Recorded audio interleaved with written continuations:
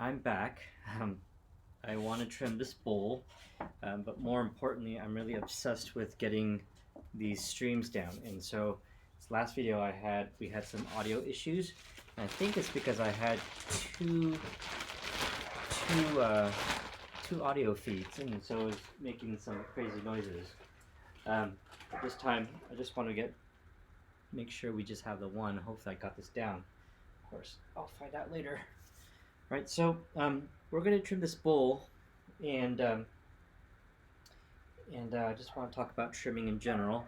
Right, so we know we're ready to trim when the bottom of our piece is dry to the touch, and it's not getting my finger wet with clay. I can still scratch it with the back of my fingernail, and it can leave a mark. Right, so first thing we need to do is center it on the wheel here. So we're going to do that pin tool test, and we're going to very graze the side of our pieces, and you can see that there's a line going from here to there.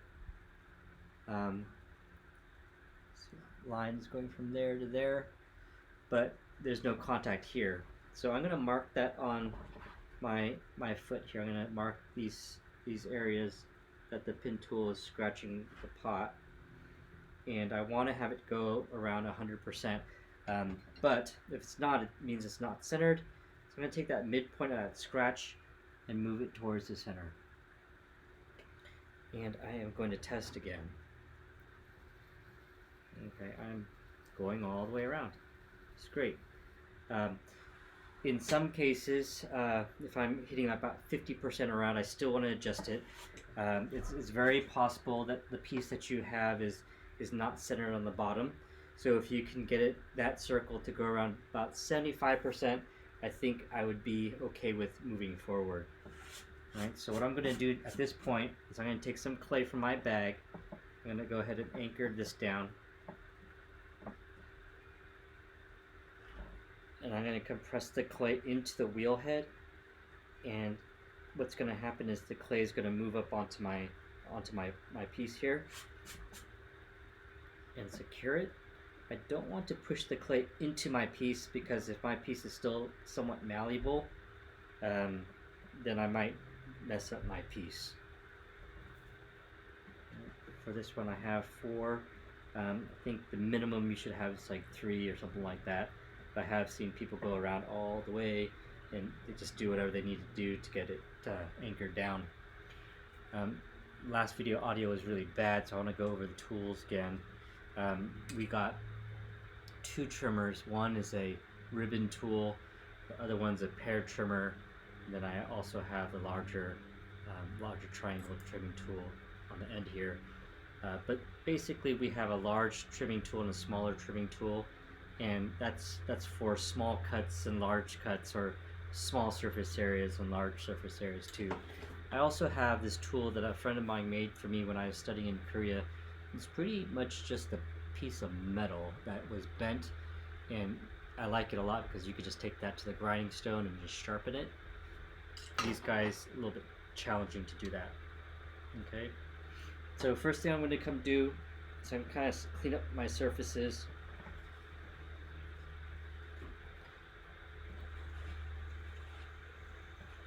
Make sure everything's even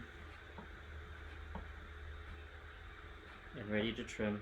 Sometimes when you cut off the wheel, it may cut at an angle, so we want to make sure it's nice and even, so we can trim that so the piece isn't sitting crooked.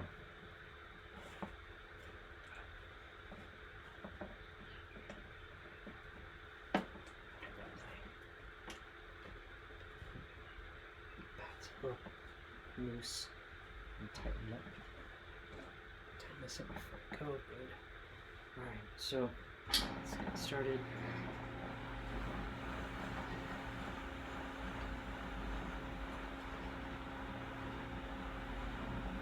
If you recall, I have a pinky width depth for the base, so I know that I have this much clay there.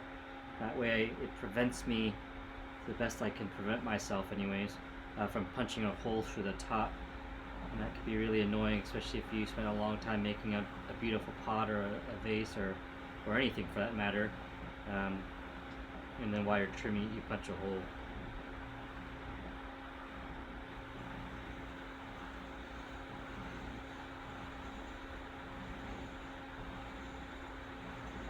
So I want to hold the tool pretty tight. If I am holding it pretty loose, which is to say, like maybe I'm holding it like that, there's a lot of motion and movement, and you can get some unclean cuts or chatters. Sometimes people try to do that on purpose, but unless you're trying to do it on purpose, you want to hold it nice and tight.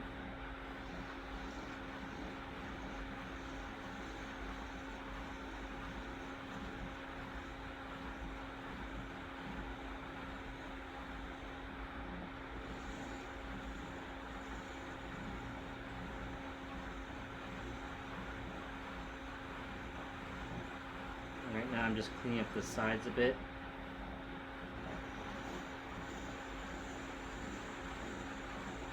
Just taking any imperfections out from when I was throwing it or when I was handling it, taking off the wheel maybe. Might have bumped it a little bit. Just in general, fixing the form up a bit, and then also reducing weight on these pieces.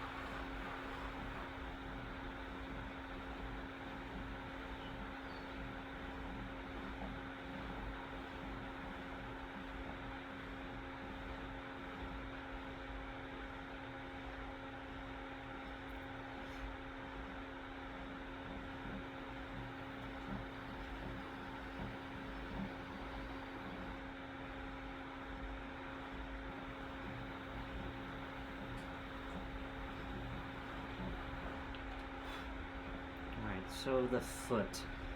So traditionally, pottery was to make functional pieces, so we don't like to have really heavy pieces. Don't like to have heavy pieces in general anyways. And also, if pieces are heavy, thinner walls, thicker bases, we have an uneven drying. And if it dries unevenly, there's more propensity for cracking. And so that's something we want to avoid. Alright, so I'm going to take the angled part of that triangle side to make my sharper cuts. And what we're going to do is I'm going to go ahead and cut a circle here. And what this is going to indicate for me is my marker point for what's going to get trimmed out and what I'm going to leave as the foot. Alright, so you can see at my circle, this stuff here is going to get removed, and this part is going to be my foot.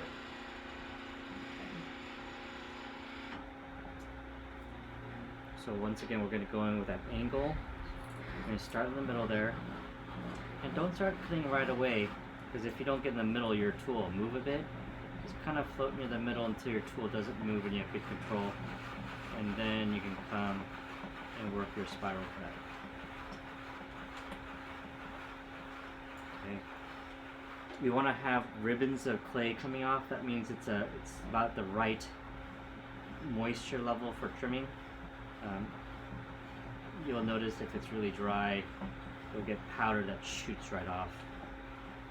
And we don't want that. We're just cutting way too little at a time, and it just takes so much work. That'll take way more passes since you're only taking like millimeters off at a time. This way you're taking a lot more off. Conversely, if the clay is too wet, you'll find that there'll be inconsistencies of the clay. Sometimes it's so soft you're just taking these huge chunks out by accident. It becomes really hard to get the right amount of clay out.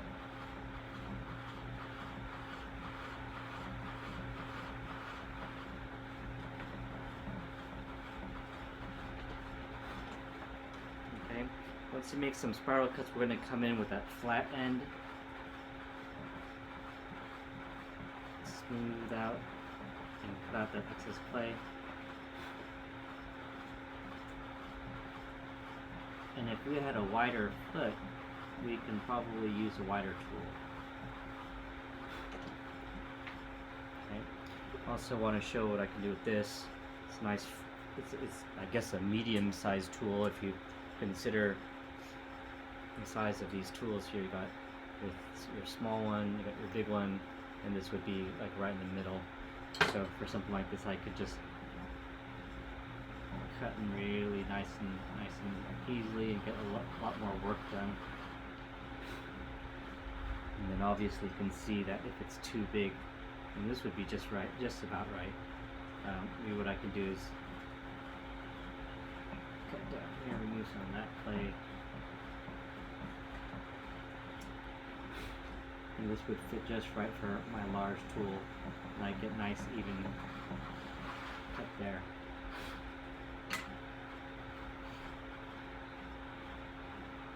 So remember, this is about a pinky width thick, so I have about 2 pin tools. Also, the pin tool is probably as thick as the metal here, so that way I know that these 2 widths are going to be about my pinky, 1, 2. Right, so I can measure how far I'm going down. I can see how much clay I might have left. So I think I'm going to go ahead and trim a little bit more clay out of here.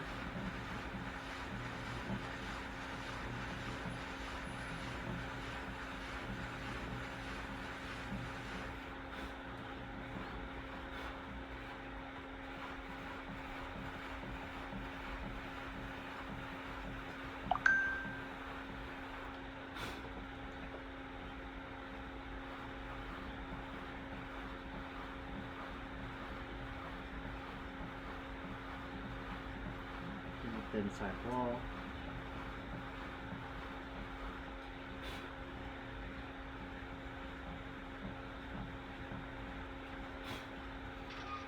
And I think that foot's a little chunky. I think it's very wide.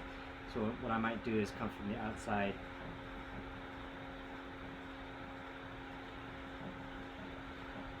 Round that out.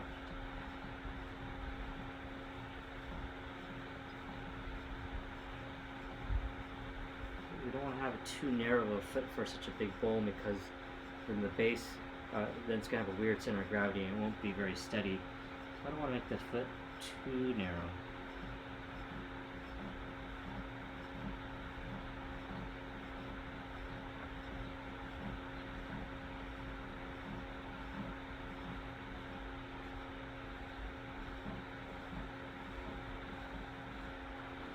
So maybe cut a little bit more from the inside.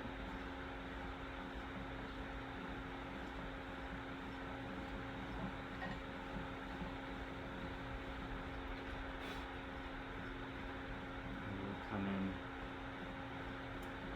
trim off a little bit more here.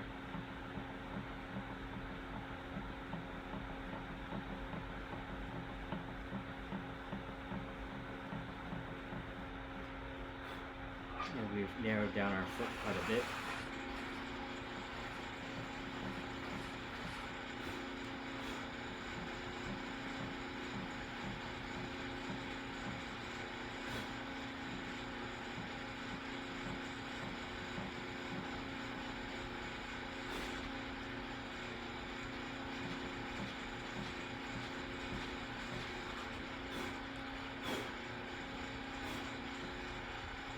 Stuff out.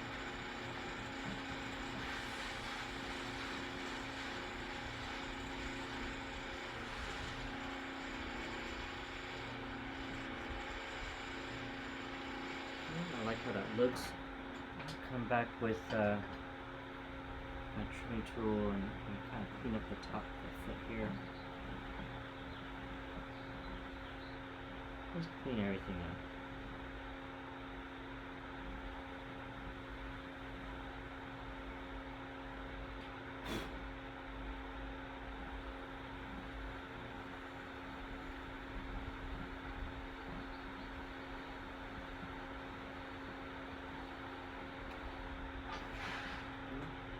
Sometimes what happens is the area that we trimmed off gets a little grain. There's some sand in the clay, so you'll see some rough spots.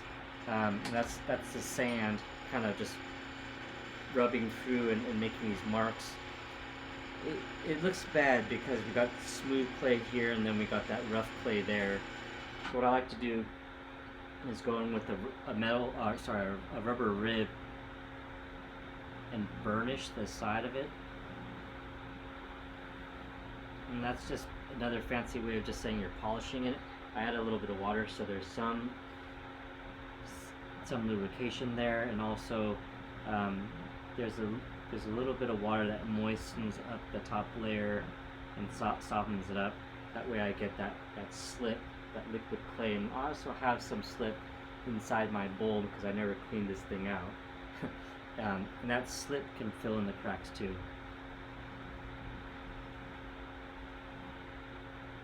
But really what I'm doing is just applying some pressure with my rubber rib, kind of smoothing everything out and blending those two different surfaces. So instead of having a rough surface and a smooth surface, I'll have generally smooth surface on the bottom or on the outside, like as if I never really trimmed it.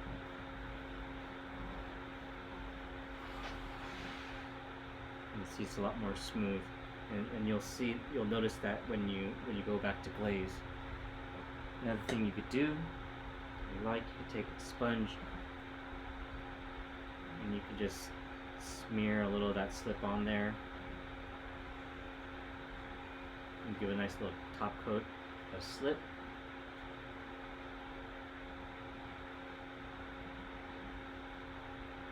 I still think it needs some blending with the rib. You don't want to have like a slather of a slip on the top layer there. You want to make sure it all looks very even.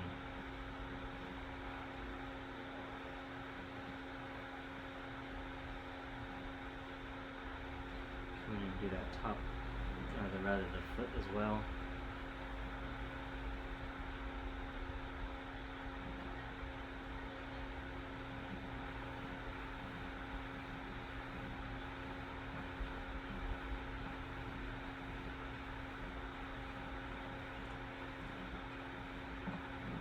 Even on the bottom of the foot.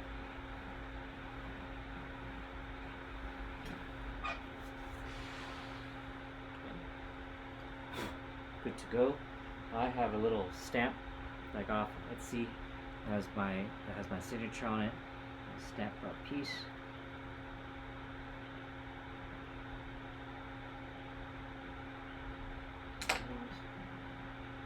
Remove the anchors.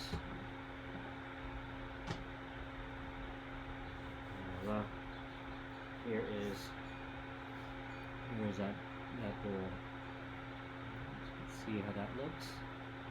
Nice clean foot right there.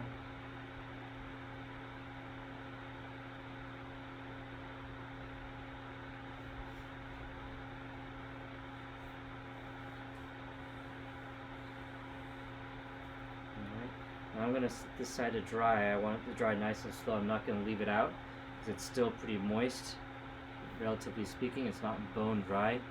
So I'm going to leave it on a board, wrap plastic on it, not too tight. I'll let the air kind of flow through the plastic, but I do want to drape it a little bit so it doesn't get too dry, so I don't want it to crack. Alright, so hopefully this video came out better.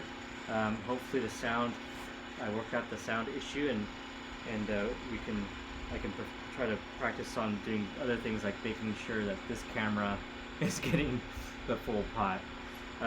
But hey, like I said, learning curves. I'm learning this. This is a new skill for me. Um, so if you have any comments or suggestions, please let me know. I'm more than happy to learn. And if you guys have any questions about throwing on the wheel or ceramics in general, feel free to send me a message or something on a chat or something like that. I'll figure that out too. All right. Have a good night, guys.